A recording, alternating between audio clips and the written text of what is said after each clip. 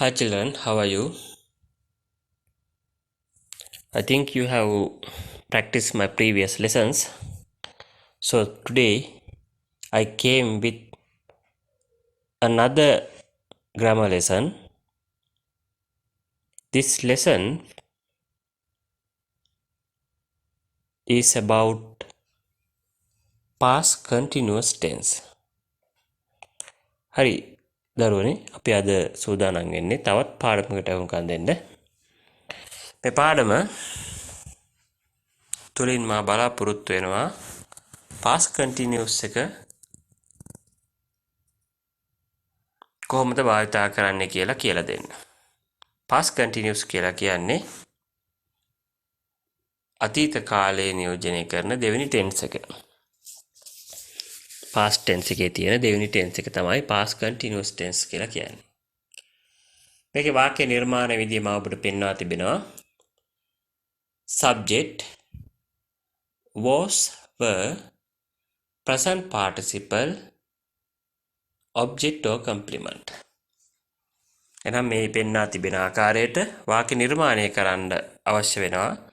වාක්‍ය කර්තෘ පදය දෙවෙනි පියවරට was were කියන පද දෙකෙන් එකක් භාවිතා කළ යුතු වෙනවා. was කියන පදය භාවිතා කරනු ලබන්නේ ඒක වචන පද සමග ඒ වගේම was කියන පදේ භාවිතා කරනු ලබනවා I කියන කර්තෘ පදයට සමග ඒ වගේම were කියන පදය භාවිතා කරනවා ඕනෑම බහුවචන කර්තෘ පදයක් සමග.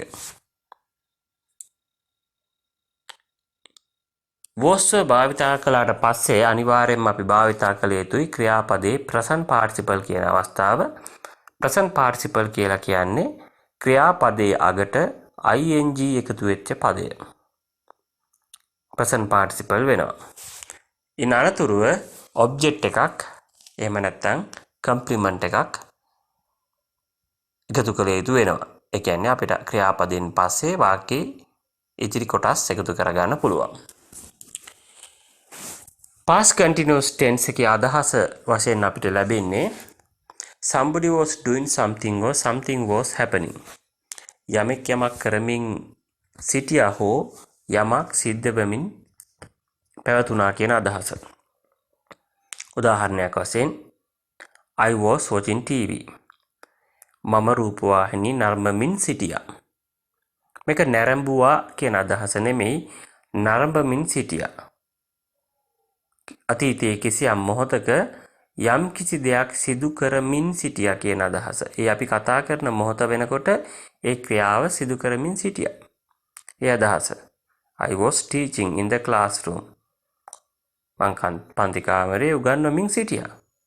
මේ ආදී වශයෙන් යමෙක් යමක් කරමින් සිටපු බව හෝ යමක් සිද්ධ වෙමින් පැවති බව.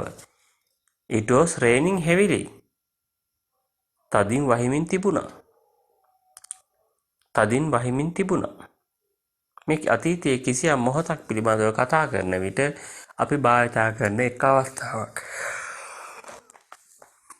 එනිසා මතක තියාගත යුත්තේ වාක්‍ය ආරම්භයට කර්තෘ පදයට දෙවෙනි පියවරට was හරි were හරි කර්තෘට ගැලපෙන ආකාරයෙන් යොදා ගැනීමත් තුන්වෙනි පියවරට ක්‍රියාපදයේ present participle හෙවත් ing සහිත ක්‍රියාපදයක් යෙදීමත් කළ යුතු වෙනවා. එයාගේ මෙහි අදහස මම කිව්වා ඔබට සඳහන් කළා යමෙක් යමක් කරමින් සිටියා හෝ යමක් සිද්ධ වෙමින් පැවතුණා කියන අදහස.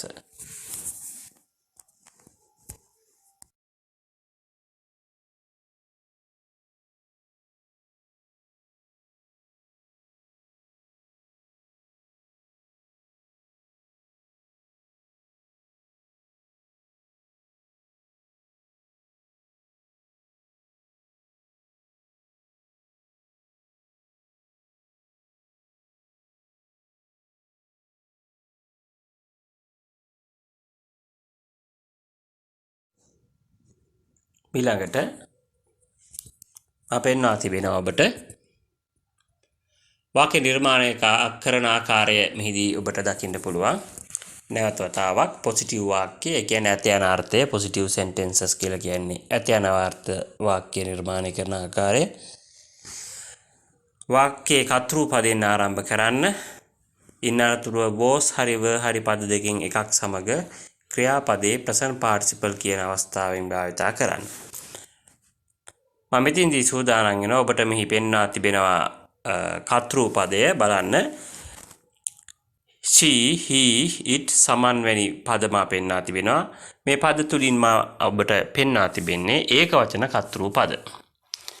she ඒක වචනයි, he ඒක වචනයි, it ඒක වචනයි, සමන් ඒක වචනයි. මේ ආදී ඕනෑම ඒක වචන පදයක්. ඕනෑම ඒක වචන පදයක් සමග was භාවිතා කරන්න පුළුවන්.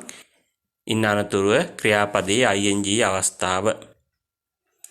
බලන්න I කියන පදයේ කතෘ පදයේ අපි ඉංග්‍රීසි භාෂාවේ I බහුවචන පදයක් සේ සැලකුවාට මේ අතීත කාලයේදී අපි යොදා ගනු ලබන්නේ was කියන පදයයි. was කියන පදයයි භාවිතා කරන්නේ. ඉන් අනතුරුව ක්‍රියාපදයේ ing සහිත අවස්ථාව නැත්නම් present participle අවස්ථාව. ඊළඟට මා පෙන්වා තිබෙනවා we, you, they, people. මේ හැම පදයක්ම බහුවචනයි. we කියන්නේ අපි, you කියන්නේ ඔබ ඔබලා, they කියන්නේ ඔවුන්, people කියන්නේ මිනිස්සු. මේ බහුවචන කතෘ වෙනුවට අපි උදව්වට ගන්න පදේ තමයි were. ඉන් අනතුරුව ක්‍රියාපදයේ ing සහිත අවස්ථාව භාවිතා කරන්නට පුළුවන්. මෙහිදී මා පුංචි හඳුන්වා දීමක් ඔබට කළ යුතුයි. ing පදයක් ing කියන අකුරු තුන එකතු කරන්නේ අපි ක්‍රියාපදයේ අගට. මේ ing එකතු කරනකොට අපි මතක තියාගන්න ඕනේ අනිවාර්යයෙන්ම ක්‍රියාපදයේ අගින් ස්වර අකුරක් බොහෝ දුරට e අකුර. e අකුර තමයි තියෙන්නේ. උදාහරණයක් වශයෙන් WRITE. මෙන්න මේ e කියන පදයේ අගින් තියෙන e කියන අකුර තිබෙනවා නම් එය ඉවත් කරලා තමයි ing එකතු කරන්නේ. ඒ වගේම තවත් අවස්ථාවකදී අපිට පේනවා සමහර අකුරු ඩබල් වෙන අවස්ථා. win කියන ක්‍රියාපදයේ win win දිනනවාට ක්‍රියාපදයේ. එතකොට winning කියනකොට win කියන අකුරු වලට පස්සේ එය ඩබල් වෙලා තමයි වෙන්නේ. WINNING වෙනවා winning කියලා හැදෙනවා. මේ ආදී වශයෙන් ඇතැම් ක්‍රියාපද ing එකතු කිරීමේදී අගින් තියෙන ස්වරය ඩබල් වීමක් අපි හඳුනාගෙන තිබෙනවා.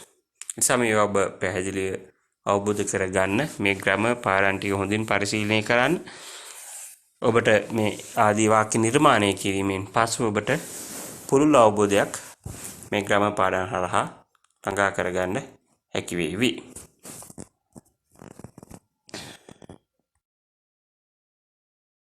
ඊළඟට මා බලාපොරොත්තු වෙනවා ඔබට උදාහරණ කීපයක් සහිතව මේ කාරණා පැහැදිලි කරන්න. පළමු වාක්‍ය දෙස අවධානය යොමු කරන්න. Father was advising to children. Father කියන්නේ ඒක වචන කතෘ පදයක්. ඒ නිසා was advising කියලා අරගෙන තිබෙන්නේ. එහෙනම් father was advising to children. තාත්තා අවවාද කරමින් සිටියා ළමුන්ට. තාත්තා අවවාද කර සිටියා. දැන් මේකේ අදහස කරමින් සිටියා එහෙම නැත්නම් කර සිටියා කියන අදහස. අතීතයේ යමක් කරමින් සිටපු බව, කර හිටපු බව past continuous එකෙන් අපිට පැහැදිලි කරලා දෙන්නේ. පැහැදිලි වෙන්නේ. දෙවෙනි උදාහරණය දෙස බලන්න. Speaker was addressing a meeting. Speaker කියන්නේ කතිකයා. කතිකයා අමතමින් සිටියා රැස්වීමක්. address කියන්නේ අමතනවා. එහෙනම් addressing කියන්නේ අමතමින් සිටියා. Thieves සොරුන් were destroying property. සොරුන් දේපල විනාශ කරමින් සිටියා. Tourists were visiting Anuradhapura. Tourists ලා කියන්නේ සංචාරකයන්. බහුවචන කතෘ පදයක්. Tourists were visiting Anuradhapura. සංචාරකයන් අනුරාධපුර බලන්න යමින් සිටියා. Children were learning grammar lesson. ළමුන් grammar lesson එකක් ඉගෙන ගනිමින් සිටියා. ව්‍යාකරණ පාඩමක් grammar lesson එකක් ඉගෙන ගනිමින් සිටියා. learn කියන්නේ ඉගෙන ගන්නවා.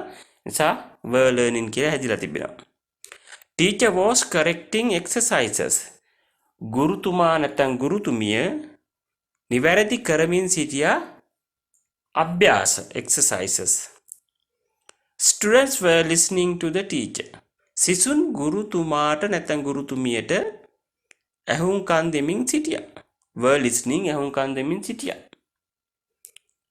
දැන් මේ වෙලාවේ ඇහුම්කන් දෙමින් ඉන්නවා කියන අදහස නෙවෙයි. අතීතයේ ඇහුම්කන් දෙමින් සිටියා කියන අදහස. He was drinking tea. ඔහු තේ බොමින් සිටියා. She was drinking tea. ඇය තේ බොමින් සිටියා. They were organizing a pilgrimage.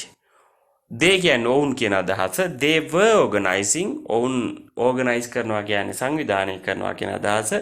එනම් were organizing ඔවුන් සංවිධානය කරමින් සිටියා. නැත්නම් ඔවුන් සංවිධානය කර හිටියා. A pilgrimage වන්දනා ගමනක්. A pilgrimage වන්දනා ගමනක්.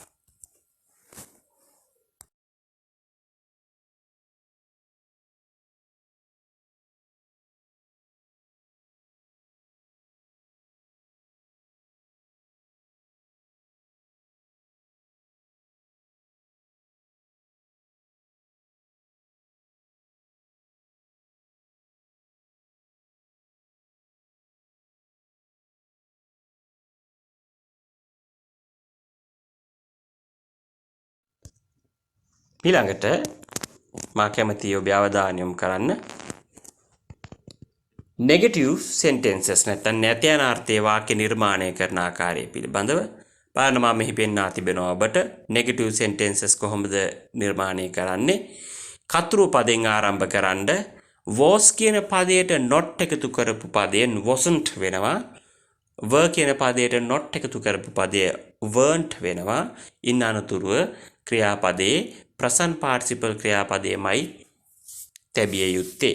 එහෙමනම් අපි උදාහරණ දෙස බලමු. මම මෙහි පෙන්වා තිබෙන බලන්න ඒක වචනය නියෝජනය කරමින් she he it සම්මානී කියන පදම ඉදිරිපත් කරන ඔබට ඒක වචන පදේ මම භාවිතා කරලා තියෙනවා was't not එකතු කරපු පදය wasn't ඉන් අනතුරුව ක්‍රියාපදයේ ing සහිත අවස්ථාව නැවතත් I කියන පදේ මා වෙනින්ම පෙන්වා තිබෙනවා Iටත් ඒක වචනය ගන්න උපකාරක පදයමයි අපි ලබා ගන්නේ wasn't කියන wasn't කියන පදය බලන්න බහුවචනයේට මා පෙන්වා තිබෙනවා we you they people කියන පද හතර මේ හතරටම අපි බහුවචනයට නියෝජනය කරන්න යොදා ගන්න උපකාරක පදේ තමයි were කියන පදය weren't not එකතු කරපු පදයට අපි කියනවා weren't කියලා එහෙනම් ඉන්න අනතුරුව ing සහිත ක්‍රියාපදයක් යෙදිය යුතුයි මේ අපි කතා කරන්නේ නැත යන අර්ථයෙන් නෙගටිව් ෆෝම් එක නැහැ කියන අදහසින්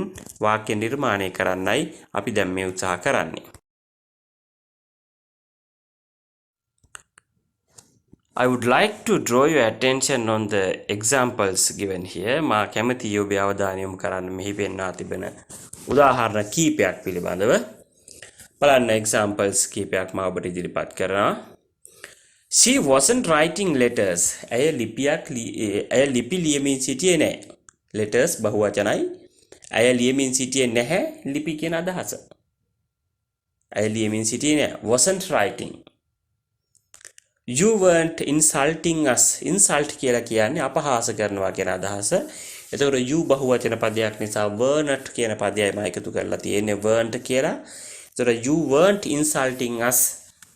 අපට as කියන්නේ අපට ඔබ අපට අවනම්බු කරමින් සිටියේ නැහැ අපහාස කරමින් සිටියේ නැහැ තුන්වෙනි උදාහරණය මේ පෙන්වා තිබෙන children weren't playing ළමුන් සෙල්ලම් කර සිටියේ නැහැ children බහුවචන පදයක් එනිසා weren't කියන පදයයි මා ලබා ගන්නේ නැහැ කියන අදහස ගන්න හතරවෙනි වාක්‍ය දෙස මා ඔබේ අවධානය යොමු කරන්නට කැමතියි educated people weren't approving it educated people කියලා කියන කතෘ පදයේ පද දෙකකින් යොදාගෙන තිබෙනවා educated people කියලා කියන්නේ උගත් මිනිස්සු කියන අදහස උගත් මිනිස්සු weren't approving it ඒ අනුමත කර හිටියේ නැහැ අනුමත කරමින් සිටියේ නැහැ approve කියන්නේ අනුමත කරනවා අනුමත කරමින් සිටියේ නැහැ The teacher wasn't wasting time. ගුරුවරයා කාලය නාස්ති කරමින් සිටියේ නැහැ. A servant wasn't working. A servant වැඩ මෙහෙකරුවා වැඩකාරයා wasn't working. වැඩ කරමින් සිටියේ නැහැ. He wasn't discussing it. He wasn't discussing it. ඔහු එය සාකච්ඡා කර හිටියේ නැහැ. මේ ආදී උදාහරණ ඔබ හොඳින් අවධානයට ගන්න. ඒක වචනයට wasn't කියන පදේ නැත යන අර්ථය ලබා ගන්න. බහු වචනයට weren't කියන පදයයි අපි නෑ කියන අදහස ලබා ගන්න. ඒ අනුව වාක්‍ය නිර්මාණය කරලා තව වාක්‍ය නිර්මාණය කරලා ප්‍රැක්ටිස් කරන්න කියන ආරාධනය ඔබ වෙත මා කරනවා.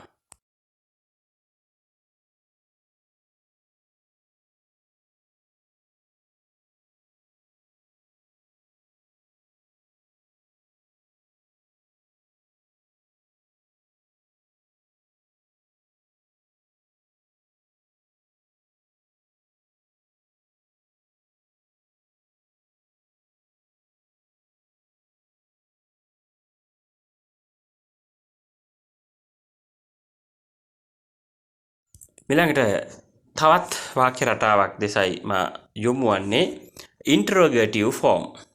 interrogative form කියලා කියන්නේ ප්‍රශ්න නිර්මාණය කරන ආකාරය කියා දෙන පාඩම. interrogative නැත්නම් question form කියලා අපි මේක සරලව කියනවා. question form. බලන්න වාක්‍ය නිර්මාණ විදිහ මෙහිදීත් ඔබට පැහැදිලිව පේනවා.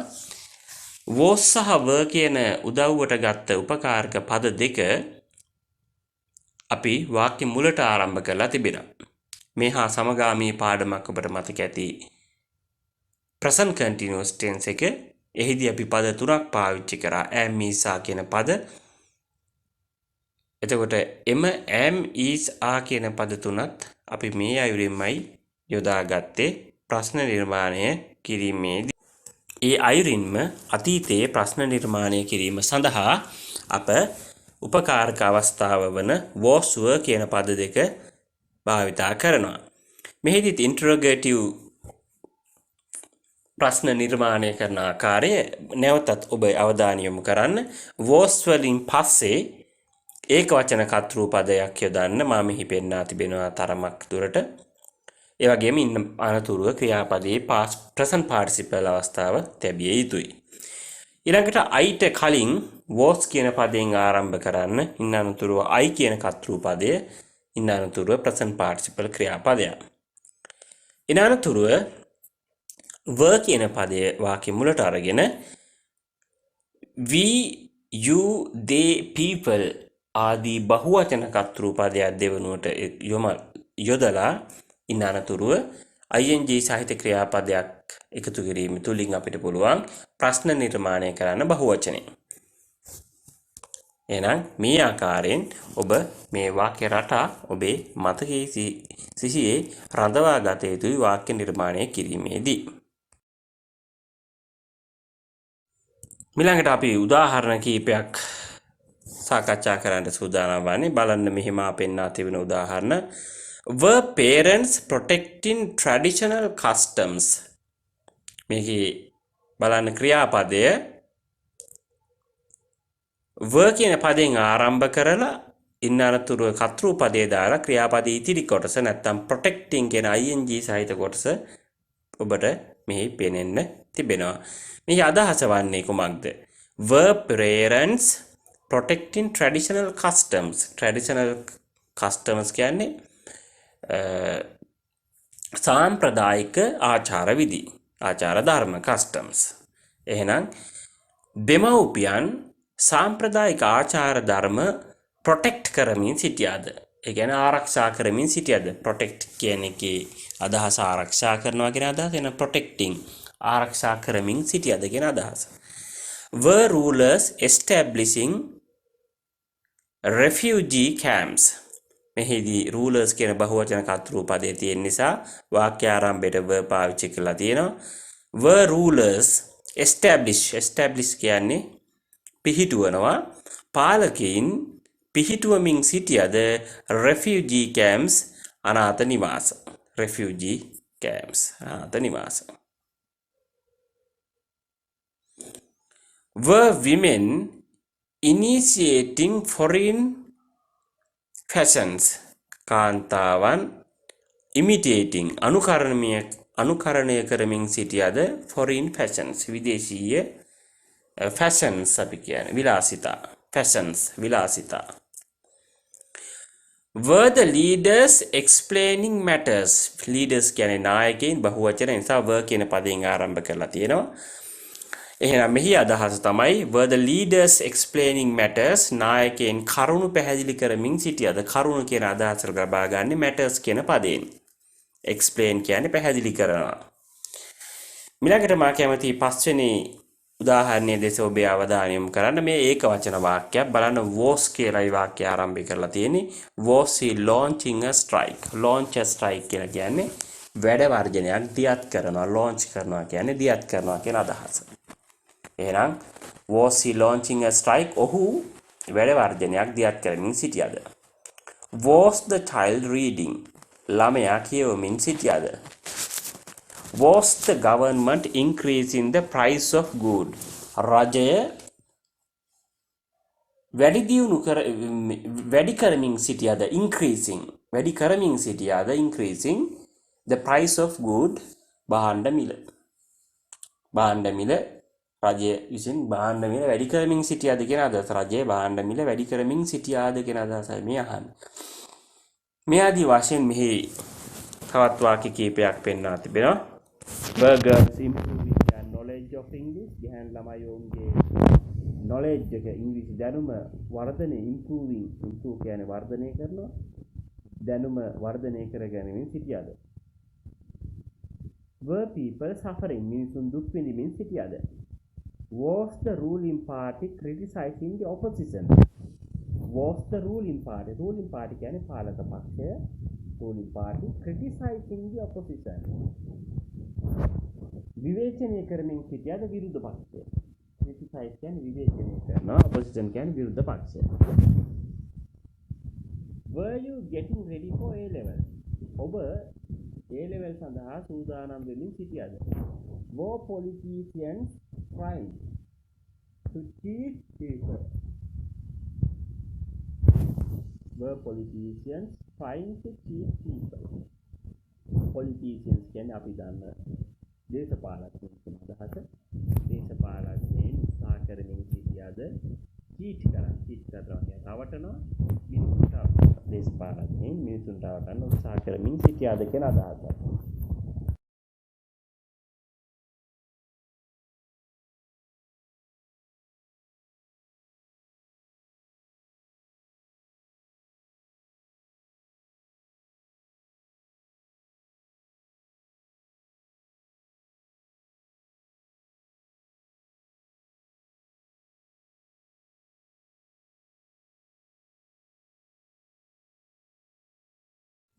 ඊළඟට නැතයනාර්ථයේ ප්‍රශ්නාර්ථය එහෙම නැත්නම් negative interrogative එහෙමත් නැත්නම් අපි කියනවා negative question කියලා මේ ෆෝම් එක නිර්මාණය කරන්නේ කොහොමද වාක්‍ය ආරම්භයට wasn't කියන පදය හරි weren't කියන පදය හරි තමයි අපිට යොදා ගන්න වෙන්නේ එතකොටයි නැද්ද කියන නැතයනාර්ථයේ ප්‍රශ්නාර්ථය හදා ගන්න පුළුවන්කම තියෙන්නේ මෙහිදී was not එකතු කරපු පදය තමයි wasn't වෙලා තියෙන්නේ were not එකතු වුණාම weren't කියලා හැදෙන පදය තමයි weren't වෙලා තියෙන්නේ බලන්න ඒක වචන පදයකට මුලින් wasn't කියන පදයෙන් ආරම්භ කරලා තියෙනවා ඒ වගේම I සහිත වාක්‍යයේ මුලින් it wasn't කියලා පටන් අරගෙන තිබෙනවා ඒ වගේම බහුවචන වාක්‍යයක මුලින් weren't කියන උපකාරක පද වලින් ආරම්භ වෙලා තියෙනවා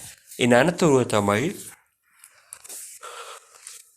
ඒ කියන්නේ worst සහ were පස්සේ තමයි අපි කර්තෘ පදය වාක්‍යයට එකතු කරන්නේ ඉන් අනතුරුව ක්‍රියාපදයේ ing සහිත අවස්ථාව එකතු කරනවා ඔබට පුළුවන් වාක්‍ය නිර්මාණය කරන්න මේ ing වලට පස්සේ ඔබට අවශ්‍ය කරන ඊගාව තවත් වාක්‍ය ඉදිරි එකතු වේ යුතු කොටක් තියෙනවා නම් ඉන්න අනතුරු එකතු කරන්න.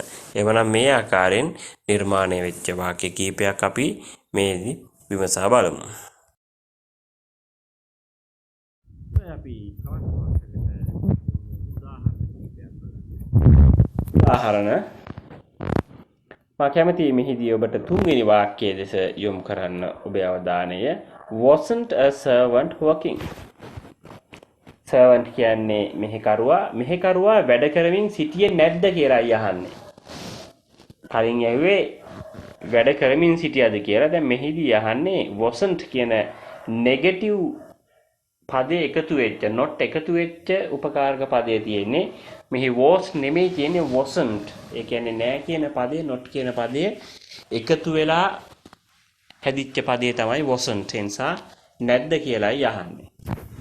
weren't foreigners capturing our country. foreigners කියන්නේ විදේශිකයින්, capture කියන්නේ අත්පත් කරගන්නවා අපේ රට, our country. එහෙනම් weren't foreigners capturing our country. විදේශිකයන් අපේ රට අත්පත් කරගනිමින් සිටියේ නැද්ද? ගනිමින් සිටියේ නැද්ද? ඊට wasn't she leaving. ඇය යමින් සිටියේ නැද්ද? ඇය යමින් සිටියේ නැද්ද? යමින් සිටියේ නැද්ද? අතීත අදහසක්. weren't you following me. ඔබ මාව පසුපස එමින් සිටියේ නැද්ද? follow කියන අදහස නම් අදහස් කීපයක් තියෙනවා. follow අනුගමනය කරනවා කියන අදහස තියෙනවා. පසුපස එනවා කියන අදහස තියෙනවා. හදාරනවා කියන අදහස තියෙනවා. මෙහිදී මා ඔබට යෝජනා කරනවා following me මා පසුපස එමින් සිටියේ නැද්ද කියන අදහසයි මෙහිදී ලබා ගන්න. wasn't I correcting exercises. මම අභ්‍යාස නිවැරදි කරමින් සිටියේ නැද්ද? කරමින් සිටියේ නැද්ද? මෙන්න මේ ආදී වශයෙන් මෙහි පෙන්වා තිබෙන උදාහරණ දෙක නැවත යොමු කරන්න. මම හිතනවා ඔබ මේ ඉංග්‍රීසි පාඩමට එහුම්කන් දෙන සහ නරඹන අතරතුර ඔබට අවශ්‍ය වචන වල තේරුම් සොයා ගැනීමට ඔබේ ඩික්ෂනරි එකක් පාවිච්චි කරයි. මේ ඩික්ෂනරි එකක් පාවිච්චි කරලා තවදුරටත් ඔබේ මේ වාක්‍යවල තියෙන අදහස් වල මීනින් එක, වාක්‍යවල තියෙන මීනින් එක සොයා ගැනීමෙන් මේ අධ්‍යයන කටයුතු ඔබේ අධ්‍යයන කටයුතු සිදු කරනවා කියලා. හොඳයි දරුවනේ, මා මෙතකින් මගේ මේ පාඩම අවසන් කරනවා. මම හිතනවා ඔබ ප්‍රමාණවත් දැනුමක් මේ පාඩම තුලින් ලබා ගන්නට ඇති. ඉතින් ඔබේ ඉදිරි කටයුතු සඳහා මා ඉදිරිපත් කරන ඉංග්‍රීසි පාඩම් ක්ෂණකින් ඔබේ ජංගම දුරකථනය හෝ ටැබ් එක හරහා හෝ එහෙම නැත්නම් ලැප්ටොප් එක හරහා නැරඹීම සඳහා YouTube channelේ English with TMUK කියලා ටයිප් කරන්න. එවිට මගේ මේ පාඩම් සියල්ල ඔබට බලන්න හැකි වෙනවා. ඒ වගේම ඔබ subscribe කරලා නැත්නම් subscribe කරන්න, like එකක් දාන්න. එය ඔබේ ඔබට ඉදිරි පාඩම් ලබා ගැනීමට ලොකු ශක්තියක් වේවි. Goodbye.